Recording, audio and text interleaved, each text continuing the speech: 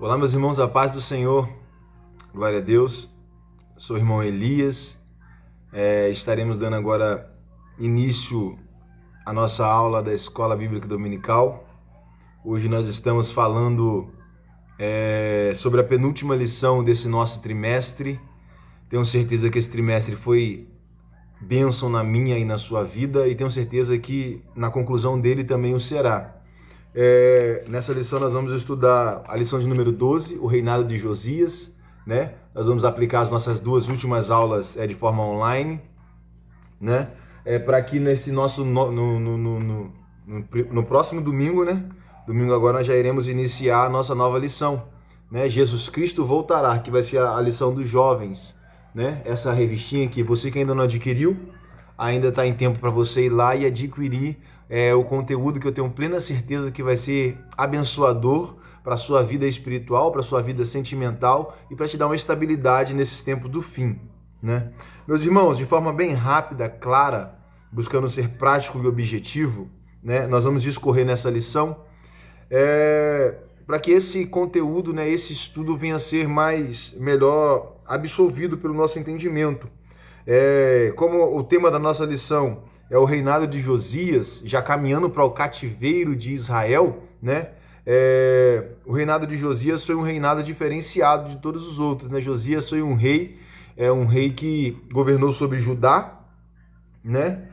Ali em Jerusalém, e ele foi um rei que mostrou uma característica extraordinária sobre os conceitos e sobre o culto ao Senhor, né? Nós estaremos discorrendo na nossa lição.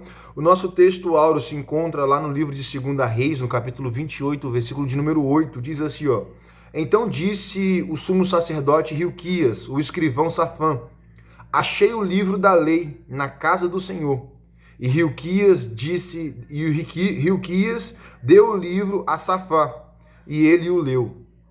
A verdade prática diz assim: nos dias de hoje, Deus ainda levanta homens e mulheres dispostos a combater a cultura da idolatria que se perpetua através das gerações, né? O rei Josias foi um rei que lutou com todas as suas forças contra o pecado da idolatria que estava imperando em Israel, né? Nos tempos pré-cativeiro, né? Nos tempos que antecederam ao cativeiro babilônico, o último cativeiro que foi estratégia de Deus para sarar esse pecado, esse crime, esse agravo que a geração israelita cometia contra o Senhor. Deus usou o cativeiro para tratar o caráter do povo, né? Deus queria um povo particular, né? Um povo que fosse seu e um povo de boas obras, né? Como o povo sempre abandonava o Senhor e se voltava à prática da idolatria, Deus preparou um cenário para preservar e para purificar o caráter do seu povo. Lá em Malaquias capítulo 6, o versículo 8, diz assim, ó: Deus adverte para todos os que sejam obedientes e ames uns aos outros. Em Salmo 121, versículo 2, diz assim, ó: O Senhor Deus é aquele que sempre está ao lado do seu povo, socorre e guarda. Em Isaías capítulo 6, versículo 2, diz assim, ó: Deus, por sua infinita graça, sempre tem um recomeço para o seu povo. Lá em Tiago 1, 22, diz: Quem conhece a palavra de Deus deve colocá-la em prática. Levítico 26, 1 diz assim, a Bíblia enfatiza que a idolatria deve ser abandonada. Deus usa os seus filhos para levar as boas novas, né? Esses textos eles nos dão a alusão de que Deus sempre vai tratar com o povo de forma direta contra o pecado da idolatria. E nos nossos dias não é diferente, né? Hoje nós idolatramos um carro, hoje nós idolatramos um trabalho, hoje nós idolatramos um salário, hoje nós idolatramos uma casa, um bom status na sociedade, e Deus ele não divide a sua glória com ninguém, né? Então nós precisamos ficar atentos para nós não cairmos nesse pecado. Qual pecado? O pecado da idolatria. Muitos idolatram o pastor, a família, amigos, e isso não pode estar inserido no coração do cristão, né? Todo cristão precisa entender que Deus ele nos quer por inteiro, uma entrega total a Ele, e as demais coisas nos serão acrescentadas. né? A nossa leitura em classe, ela se encontra no livro de 2 Reis, o capítulo 22. É uma leitura um pouco extensa, mas eu tenho certeza que fazendo essa leitura, todo o conteúdo dessa nossa lição vai ser bem exaurido, bem absolvido pelo nosso entendimento, porque a nossa lição ela vai discorrer sobre esse texto, né? Se encontra no livro de 2 Reis, o capítulo 22, o versículo 3 a 5, 3 a 5 e o verso 8. Depois vai estar lá no capítulo 2 a 5, o versículo 21, 22 e 25. Diz assim, ó: Sucedeu, pois, que no ano 18º do rei Josias, o rei mandou um escrivão Zafã, filho de Azalias, filho de Mesulão, à casa do Senhor, dizendo: Sobe a Hilquias, o sumo sacerdote, para que tome o dinheiro que trouxe da casa do Senhor, o qual os guardas do umbral da porta juntaram do povo, o que deem na mão dos que têm o cargo da obra e estão encarregados da casa do Senhor, para que deem àqueles que fazem a obra que há na casa do Senhor, para que reparem as fendas da casa.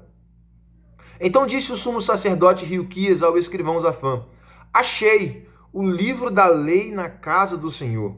Hilquias deu o livro a Zafã e o leu. Olha que interessante, ele enfatizou que ele achou. Imagina você quanto tempo esse livro não estava perdido ou esquecido, né? Para ele chegar ao ponto de dizer: eu achei o livro da lei em meio aos tesouros da casa do Senhor, né? Isso não pode acontecer, o livro da lei não pode ficar esquecido. O verso 23 diz assim, o capítulo 23, verso 2, 3, 4 e 5, diz assim, ó: E o rei subiu à casa do Senhor, e com ele todos os homens de Judá, e todos os moradores de Jerusalém, e os sacerdotes e os profetas, e todo o povo, desde o menor até o maior, e leu aos ouvidos dele todas as palavras do livro do concerto, que se achou na casa do Senhor. E o rei se pôs em pé junto à coluna e fez o concerto perante o Senhor, para andarem com o Senhor e guardarem os seus mandamentos, e os seus testemunhos, e os seus estatutos com todo o coração e com toda a alma, confirmando as palavras deste concerto que estavam escritas naquele livro. E todo o povo esteve por este concerto. E o rei mandou ao sumo sacerdote Hilquias e aos sacerdotes da segunda ordem e aos guardas do umbral da porta que se tirassem do templo do Senhor todos os utensílios que tinham sido feitos para Baal e para os bosques e para todos os exércitos dos céus, e os queimou fora de Jerusalém, nos campos de Cedrom, e levou as cinzas deles a Betel. Também destituiu os sacerdotes que os reis de Judá estabeleceram para incensarem sobre os altos nas cidades de Judá e ao redor de Jerusalém, como também os que incensavam a Baal, ao sol e à lua, e os mais planetas, e a todos os exércitos dos céus. Olha que interessante. O rei deu uma ordem após ter feito um novo concerto com o Senhor. O quê? Vamos quebrar todos os altares aos Baals, aos deuses pagãos, todas as imagens de escultura, nós vamos destruir tudo. Que cesse esse tipo de sacrifício, de culto aos outros deuses. Nós vamos voltar a adorar ao Deus de Israel, ao Deus que tirou o povo de Israel da terra do Egito, né? Assim ele o fez. O verso 21 diz assim, ó: E o rei deu ordem a todo o povo, dizendo: Celebrai a Páscoa do Senhor vosso Deus, como está escrito no livro do concerto. Porque nunca se celebrou tal Páscoa como esta, desde os dias dos juízes, que julgaram a Israel, nem em todos os dias dos reis de Israel, nem tampouco dos reis de Judá. E antes dele não houve rei semelhante, que se convertesse ao Senhor com todo o seu coração, com toda a sua alma e com todas as suas forças, conforme toda a lei de Moisés. E depois dele nunca mais se levantou outro rei. Ou seja, ele marcou a história, sendo o rei que foi o diferencial em todos os reis que sentaram no trono de Judá em Israel, né? Aleluias. 3 tópicos e 3 objetivos eu procuro alcançar com essa lição de forma bem clara e objetiva. Diz assim, ó: o encontro de Josias com o livro da lei vai ser o primeiro tópico. O segundo tópico vai ser destacar a dedicação de Josias na destruição dos ídolos ou das imagens de esculturas, né? De tudo aquilo que era objeto de culto.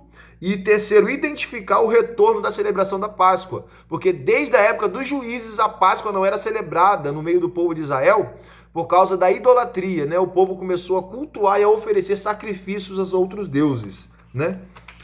Vamos lá. A nossa introdução diz assim, ó, Josias foi o último rei justo de Judá. Nunca houve um rei como ele, que se voltasse para o Senhor de todo o coração. Este grande monarca e fiel homem de Deus expurgou o país de toda falsa divindade, ali colocadas por seus ancestrais, ao saber que o livro da lei havia sido encontrado dentro do templo. Iniciou em seu reino, a maior e mais impactante renovação espiritual vista entre todas as tribos de Israel. Aleluia. Esse rei, ele foi um rei extraordinário porque ele sentiu a necessidade de voltar para o Senhor. Ele observou e viu que o povo de Israel estava muito distante, estava longe do Senhor e havia a necessidade de uma reaproximação. Aleluia. O primeiro tópico diz assim: Josias prepara o templo, né? Achei o livro da lei no templo do Senhor. Aqui embaixo, aqui, ó, diz assim, ó.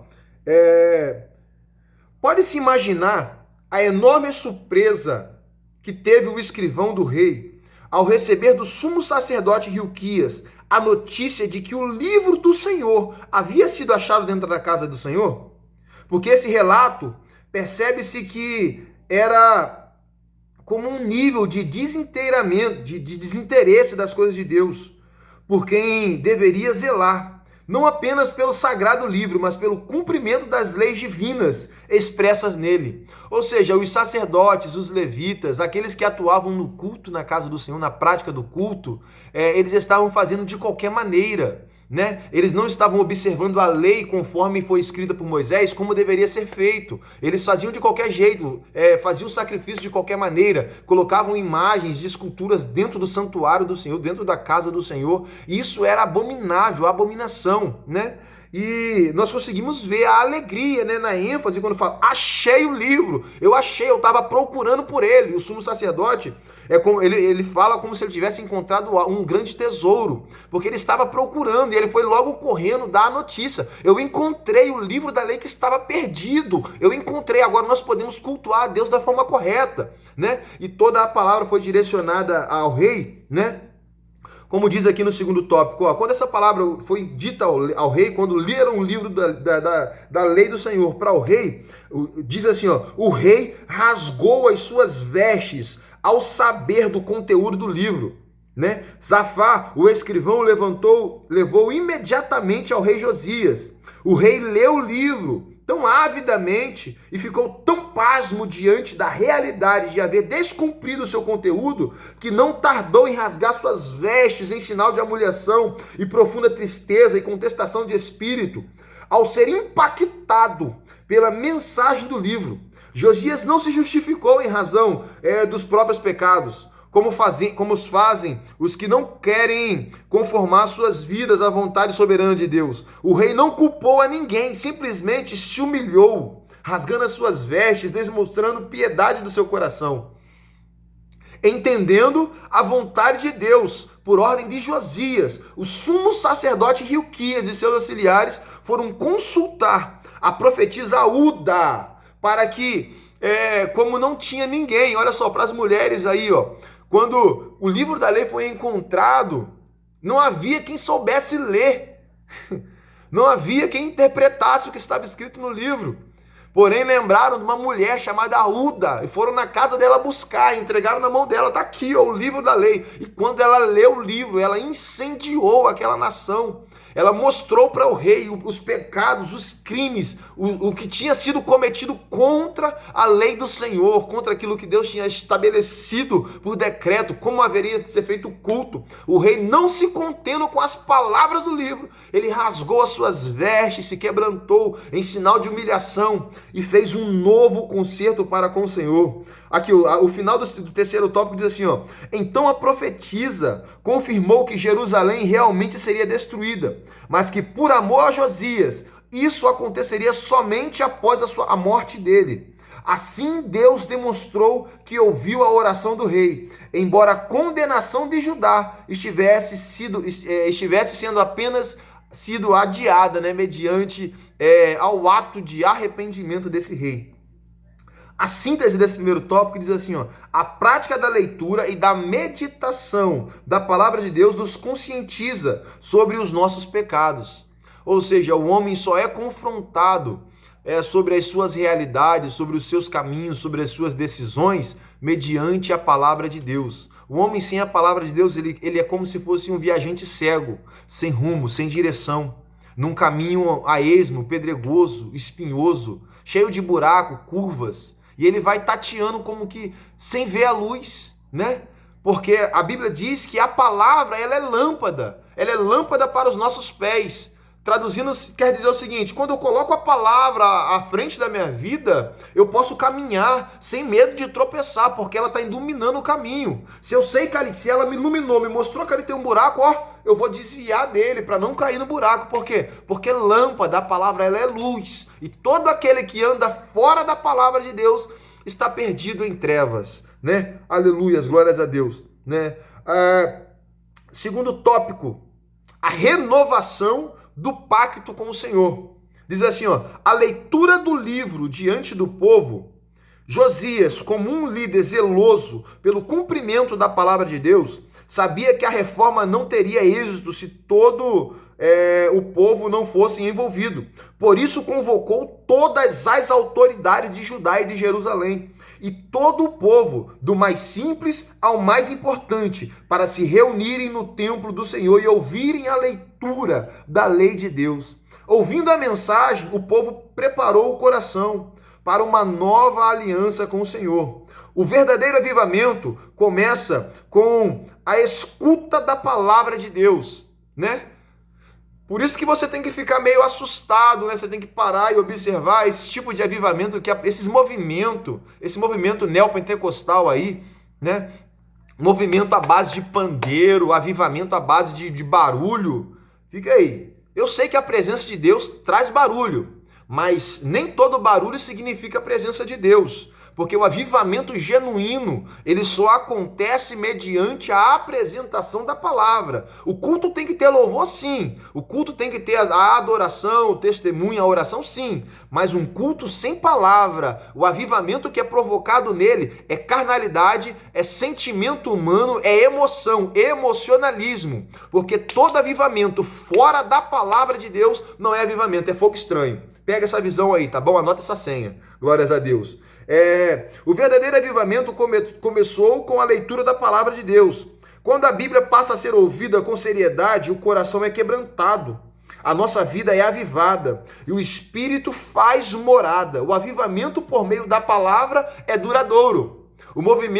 O avivamento feito pelo movimento acaba logo no amém do culto, né? Do lado de fora você continua do mesmo jeito, não tem transformação, não tem mudança de vida, não tem mudança de postura, não tem mudança de caráter, não tem mudança de pensamento, não ocorre metanoia. Porque quem provoca todos esses tipos de mudança no ser humano é a palavra de Deus. Salmo 119, versículo 116, se não me falha a memória, diz assim, ó: como purificará o mancebo o seu caminho? Observando conforme as escrituras. Ou seja, a palavra é o manual da vida humana. Eu não vou dizer apenas o manual da vida do crente. O homem que está sem a palavra de Deus, ele corre um sério risco de quebrar a cara e se decepcionar em vida e no porvir perder a única oportunidade de salvação da sua alma, né? A destruição dos ídolos. No início de sua reforma, quando tinha completado 8 anos de reinado, o rei Josias reparou o templo do Senhor, tirando todos os utensílios que tinham sido feitos a Baal. Está lá em 2 Reis, capítulo 22, 23 e 24.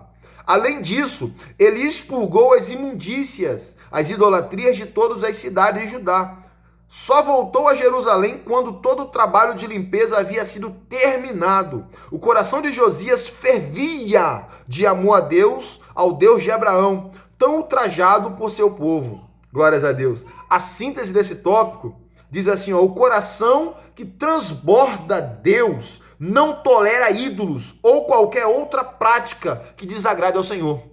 O coração que é inflamado pela presença de Deus, ele não tolera o pecado, ele não tolera a idolatria, ele não tolera a prostituição, né? Como está descrito lá em Gálatas, capítulo 5, versículo 19, né? Ele aborrece, porque o que é nascido do Espírito, ele aborrece as obras da carne, que são o quê? É feitiçaria, é lascívia, idolatria, inimizades, porfias, dissensões, heresias, promiscuidade, glutonarias, feitiçarias e coisas semelhantes a essas. Paulo foi muito sábio quando ele deixou essa deixa. Coisas semelhantes a essa, porque tem pessoas que procuram no texto um pecado não descrito para cometer, né? Dizendo que não está escrito, então eu posso fazer. Mas, ei, coisas que são semelhantes a essa, a sua consciência te fala o que é errado, né?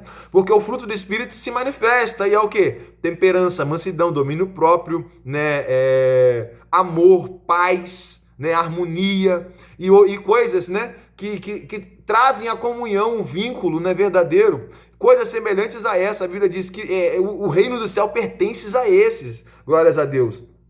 Né? E um coração que transborda de Deus não tolera ídolos ou qualquer outra coisa que desagrada ao Senhor. Glórias a Deus, né?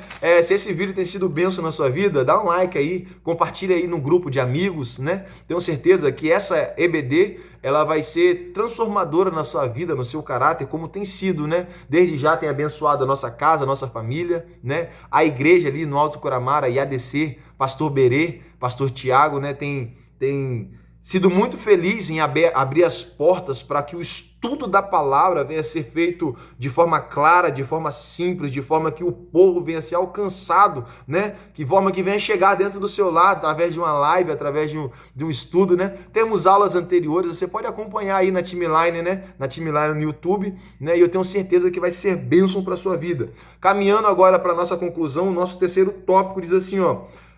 Uma das coisas que Josias fez foi o quê? Ele rasgou suas vestes em sinal de humilhação. A segunda coisa, ele quebrou os altares da idolatria. E a terceira coisa, ele reestabeleceu a Páscoa, né? Hoje nós não entendemos muito bem o significado da Páscoa. Hoje para nós aqui, né, latino-americano, não, nós somos aqui na América do Sul, né? É latino-americano. Nós aqui da América, né, gentios, enxertados na videira que é Israel, nós não temos muito a noção do que significa a Páscoa, né? O sacrifício pascual, o cordeiro puro de um ano, né? O cordeiro de um ano, imaculado, virgem, sem marca, sem ruga, sem mancha, perfeito. Nós não entendemos esse sacrifício, né?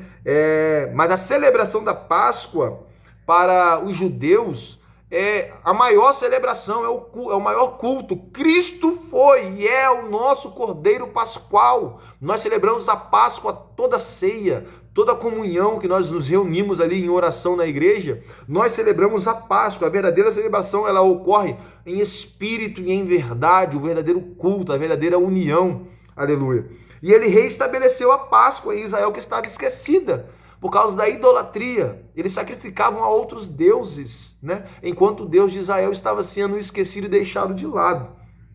Diz assim, a celebração da Páscoa, a restauração do culto e dos ofícios do templo. Somente depois de 18 anos de reinado foi que Josias conseguiu comemorar a primeira Páscoa. Essa foi a maior celebração desde os tempos do profeta Samuel. Josias também restabeleceu a liturgia do culto, o sacerdócio e diversos ofícios que eram praticados no templo, tais como os sacerdotes, levitas, cantores, guardas e os guardas do templo e etc. A maior Páscoa da monarquia, após achar o livro do Senhor, derrubar os altares aos deuses pagãos e destruir os sacerdotes que realizavam tais abominações, Josias deu ordem para que o povo tornasse a celebração da Páscoa ao Senhor. Ele realizou o maior festejo do seu tempo. Nunca houve Páscoa tão fervorosa, né? A Páscoa é uma das mais importantes celebrações da Bíblia. Tais celebrações são fundamentais para nos lembrarmos dos feitos do Senhor. A Páscoa foi quando o Senhor deu uma ordem para Moisés, dizendo: Moisés, mata um cordeiro passa o sangue nos umbrais da porta, porque aonde houver a marca do sangue, o anjo da morte não vai entrar e não vai matar o primogênito, não vai destruir os filhos de Israel, né? E a Páscoa significa isso, que a libertação do povo, a libertação espiritual, a libertação física, a libertação de mente, a libertação psicológica. O povo estava aprisionado psicologicamente e Deus estabeleceu a Páscoa para que o povo pudesse ser livre, ser liberto, né? Glórias a Deus, glórias a Deus. A conclusão: Josias fez uma limpeza geral em Israel, eliminando todas as formas de idolatria instituídas pelos reis que antecederam, inclusive o rei Salomão. Este grande monarca é figura do Messias. Foi a promessa de Deus sobre Judá, que o paganismo não prevaleceria sobre os seus reis, mas que a raiz de Jessé voltaria a brotar. Aquele rebento lá de Isaías, em meio a uma terra seca, não tinha parecer nem formosura, mas o Senhor, o rei, estabeleceu aqui em Josias, quando ele tirou todos os altares aos deuses, aos falsos deuses e a prática da idolatria. Meu irmão, nós chegamos a uma conclusão de mais uma aula, né? De forma bem rápida, de forma prática e bem objetiva. Eu tenho certeza que tem sido bênção na sua vida. E eu sei que o Senhor vai continuar abençoando você ainda mais. Que o Senhor possa falar poderosamente ao seu coração. Que o Senhor possa trazer clareza aos seus ouvidos e que o seu entendimento possa ser ampliado. Porque Deus não tolera dividir o seu coração com mais ninguém. Deus, ele é zeloso. Deus, ele tem um cuidado especial para com as nossas vidas. Deus, ele quer o melhor para nós. Quando nós falamos que Deus é um Deus ciumento, né? Ele não é aquele ciumento possessivo, faz isso porque senão eu vou te castigar, não. Ele age de uma forma tão extraordinária que é como se fosse a água do mar falando para o peixe: peixe, fica em mim, peixe. Sabe por causa de quê? Porque se você sair de mim, peixe, se você sair da água, você vai morrer, porque você depende de mim para viver, né? É como se a terra dissesse para a árvore: ô árvore, não sai da terra não, árvore, fica em mim, eu tenho todos os nutrientes para te oferecer, eu tenho o melhor para te dar, fica em mim, porque você vai dar certo, porque se você sair de mim, você vai secar, você vai ser queimada, você vai apodrecer, né?